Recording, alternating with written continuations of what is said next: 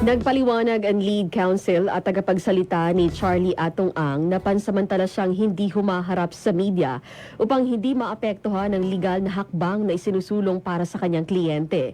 Ayon sa kanya, maglalabas na lamang ang kanyang opisina ng opisyal na pahayag kung kinakailangan upang magbigay ng update sa kaso.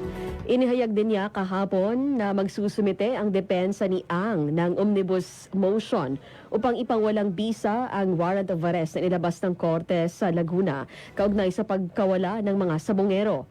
Umaasa ang kampo ni Ang na agad na magtakda ng pagdinig ang korte sa kanilang mosyon sa susunod na linggo. Giit pa, minamadali ang pagpapalabas ng arrest order at lumabag ito sa karapatan ng kanyang kliyente dahil kulang ng impormasyon ang binibigay ng Department of Justice. Paliwanag din ng kanyang abogado na abala siya sa paghahanda ng mahahalagang legal na dokumento kaya't hindi muna siya makakatugon sa mga tanong.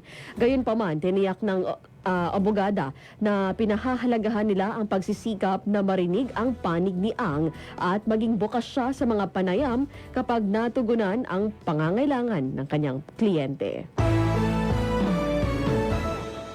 Gumawa ng microsite ang International Criminal Court kung saan ang mga witness ay maaring ilagay ang mga impormasyon ng mga nangyaring krimen sa war on drugs noong panahon ni dating Pangulong Duterte. Sa social media post ng ICC, hinihikayat nila ang mga witness sa insidente kabilang na ang miyembro ng Philippine National Police at ilang law enforcement agencies na sangkot sa insidente na lumapit at kausapin ang kanilang tanggapan.